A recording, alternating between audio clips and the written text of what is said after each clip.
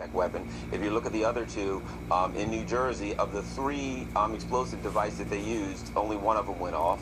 In New York, of the two they used, only one of them went off. So we see whoever did this wasn't sophisticated. But and to me, the commonality here is it wasn't a very sophisticated nor effective attack, which leads me to believe that we're looking more at someone who was inspired by ISIS, as opposed groups who were inspired by ISIS, as opposed to who were directly able to use their knowledge and ability. Boy, Rod, in some ways it's comforting that there's not a large group of people out here who have, cells of well-trained, highly sophisticated operatives here to carry out another 9/11 style attack. On the other hand, it's terrifying that you can have one guy in a shopping mall in Minnesota and another couple people tinkering around with pressure cookers in their basements off of what they've learned on the internet and do what they did on Saturday night in America. That's right. Well, we know the guy in the mall in Minnesota. He was probably inspired. Then again, he could have been affiliated with some recognized organization. But I gotta beg the difference with my co-panelists in terms of the level of sophistication.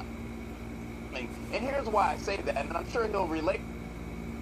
These individuals that could have been.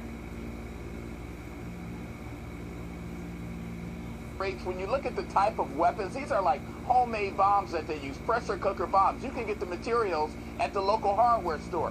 When I look at the targets that they set out for last night, even in New Jersey, Seaside, New Jersey, it tells me by the fact that this wasn't a massive explosion, that doesn't mean that it wasn't sophisticated. What it means is that this was a test. And what you do is, this is how they operate. They test like this on a smaller scale, and then in about 2 to 3 weeks, guess what we're going to see? The real big boom. Garland, to that point, Rod, if this was a dry run, which is possible, we don't. To wrap this up, you think about the pressure cooker, Matrix City, you have Boston at this investigation could go. Perhaps added to that, you have the benefit of having one of these devices that didn't explode. That's got to give law enforcement a pretty big jump start if this cell or this group of individuals or individuals planning more attacks. Yes, certainly it's possible that they are. And I had actually thought about the possibility of a dry run. But if you